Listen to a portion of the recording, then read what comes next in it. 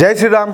అందరికీ నమస్కారం. Welcome to news అఖండ. నేను మీ కస్తూరి శ్రీధర్. మిత్రులారా, ఉత్తరప్రదేశ్ పోలీసులు మరొకసారి సత్తా చూపించారు. వాళ్ళు ఏం చేశారో తెలుసుకోవాలంటే ఈ న్యూస్ అండి. న్యూస్ మాత్రం ఫస్ట్ క్లాస్. సరే, నిజానికి 2017 ముందు వరకు కూడా ఉత్తరప్రదేశ్లో శాంతి భద్రతలు అనేటివి అదుపులో ఉండేటి కాదు. ఇక ఉత్తరప్రదేశ్ పోలీసులు అయితే రాజకీయ నాయకుల అడుగులకు మడుగులు ఒత్తుతూ ఉండేవాళ్ళు అనమాట. ఏం చేస్తారు పాపం, వాళ్ళ పెత్తనం ఆ మారి ఉండేది. ఇంకేం చేస్తారు వీళ్ళైతే మాత్రం చెప్పండి. అంతేకాదు, ఉత్తరప్రదేశ్లో సెటిల్మెంట్లు కూడా పోలీస్ స్టేషన్లోనే జరుగుతూ ఉన్నాయి. దాన్ని బట్టి మీరు అర్థం చేసుకోవచ్చు ఆడ పరిస్థితి ఎంత దారుణంగా ఉంటా ఉన్నిందో. పైగా ఉత్తరప్రదేశ్లో పాలించింది సూడో సెక్యులర్ పార్టీలు కావడంతో ఫలితంగా ఉత్తరప్రదేశ్ పోలీస్ వ్యవస్థ పూర్తిగా చిన్నాభిన్నమైపోయింది. అసలు ఉత్తరప్రదేశ్లో పోలీసులను లెక్క చేసేవాళ్లే కాదు. పెద్ద సంఖ్యలో ఈ మాఫియా ముఠాలు, గ్యాంగ్స్టర్లు, జిహాదీలు, క్రిమినల్స్ వీళ్ళంతా కూడా పుట్టగొడుగులు మారి పుట్టుకొని వచ్చారు. ఇక ఈ గ్యాంగ్స్టర్లదే రాజ్యంగా ఉంటామనింది. కానీ ఉత్తరప్రదేశ్లో ఎప్పుడైతే యోగి ఆదిత్యనాథ్ ప్రభుత్వం వచ్చిందో ఇక అప్పటి నుంచే ఉత్తరప్రదేశ్ పరిస్థితులు పూర్తిగా మారిపోయినాయి. ఇక అప్పటి నుంచి ఉత్తరప్రదేశ్ పోలీసులు జూలు విధిల్చేటువంటి సింహాల్లాగా ఈ క్రిమినల్స్, అదేవిధంగా మాఫియా గ్యాంగులు, జిహాదీల తాట చేయడం మొదలుపెట్టారు. 10,000కు పైగా, 1-200 కాదు, 10,000కు పైగా ఎన్కౌంటర్లు చేశారు. ఎవరు? ఉత్తరప్రదేశ్ పోలీసులు. దెబ్బతో శాంతి భద్రతలన్నీ కూడా అదుపులోకి వచ్చేసినాయి. ఈ క్రమంలోనే ఇప్పుడు కొత్తగా ఉత్తరప్రదేశ్ పోలీసులు మరొకసారి వాళ్ళ సత్తా ఏందో చూపించారు. తమ రాష్ట్రంలోకి వస్తే ఏం జరుగుతుందో మరొకసారి చేసి చూపించారు. అసలు ఉత్తరప్రదేశ్ పోలీసులు ఏం చేసినారో తెలుసుకునే ముందు మనము హిజ్బుల్ ముజాహిదీన్ గురించి తెలుసుకోవాలి. ఈ హిజ్బుల్ ముజాహిదీన్ అనేది ఒక తీవ్రవాద సంస్థ.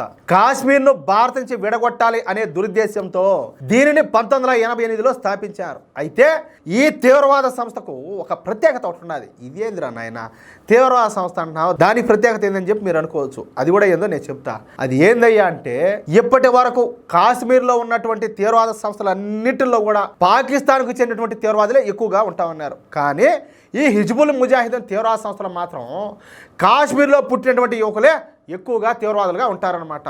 అంటే కాశ్మీరీ జిహాదీలే ఈ హిజ్బుల్ ముజాహిదీన్ తీవ్రవాద సంస్థను నడిపిస్తూ ఉంటారు. ఇక వీళ్లకు ఆయుధాలు, ట్రైనింగు, మందుగుండు, అదేవిధంగా ఫండింగు అంటే నిధులు, వీటన్నిటిని కూడా పాకిస్తాన్ గూఢాచార సంస్థ అయినటువంటి ISI అయితే అందిస్తూ ఉంటుంది.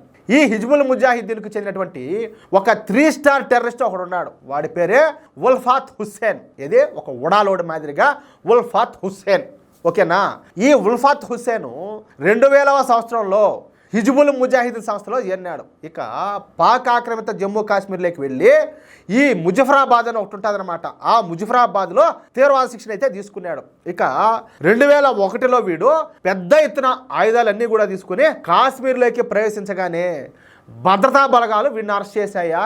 వీడు AK-47 రైఫిల్, అదేవిధంగా AK-56 rifle, 2 pistols, 12 hand grenades, 50 డిటోనేటర్లు, అదేవిధంగా 29 కేజీల ఎక్స్ప్లోజివ్స్, అలాగే 507 ఈ లైవ్ క్యాటరేట్స్ వీటితో కలిపి పట్టుబడినాడనమాట. ఇన్ని మారణాయుధాలతో వీడు పట్టుబడినప్పటికీ కోర్టులో వీడికి బెయిల్ ఇచ్చేసినాయి. బెయిల్ ఇచ్చినోడిని ఏమనాలా, వాడిని దేంతో కొట్టాలో ఒకసారి ఆలోచించండి. వాడు ఇంతకో మనిషేనా, వాడు ఎంతకో భారతీయులకే పుట్టాడా వాడు? ఒకసారి మీరు ఆలోచించండి. అలాంటి వాడికి ఎవరైనా బెయిల్ ఇచ్చారంటే ఇంకంటే వాడిని వదిలిపెట్టి మళ్ళీ ఏం చేయాలని, వాడి చేత ఏం చేయాలని వీళ్ళ ఉద్దేశం. సరే, ఇక అప్పటి నుంచి వీడైతే ఎవరికి దొరకకుండా తిరుగుతాడు. అయితే ఉత్తరప్రదేశ్లోని వారణాసిలో భారీ బాంబు పేలుళ్లు నిర్వహించేందుకు ఈ ఉల్ఫాత్ హుస్సేన్ ప్లాన్ చేశాడు. చూడండి, ఏడా మన కాశీలో బాంబు పేలుళ్లు చేసేదానికే ప్లాన్ చేశాడు అయ్యుడు. ఇక అనుకున్నదే తడవగా ఉత్తరప్రదేశ్ రాష్ట్రానికి వచ్చేసాడు. ఒక చిన్న మాట, ఎవడైతే వీడికి బెయిల్ ఇచ్చాడో వాడికి పెట్టాలి ముందు ఈ హ్యాండ్ గ్రెనేడ్లు ఇవన్నీ కూడా ఎక్స్ప్లోజివ్స్ అన్నీ ఓడికి పెట్టి వాడి చేత దీపావళి చేయాల. లేకపోతే ఏం తింటారా స్వామి నాయన, పని చేస్తుందా లేదా రా మైండు? మెంటల్ హాస్పిటల్ అన్నా బోండి ఆడికన్నాను, తెలివన్నా వచ్చాది ఒకరవన్నాను, గుడిచెట్టు నా కొడకలారా. సరే, ఈ క్రమంలో వీడు మొదటగా మొరాదాబాద్కు చేరుకున్నాడు. ఈ మొరాదాబాద్లోని జిహాదీలతో సమావేశమైనాడు. అంతే, ఇక ఉత్తరప్రదేశ్ యాంటీ టెర్రరిస్ట్ స్క్వాడ్ పోలీసులకు అనుమానం అయితే వచ్చింది.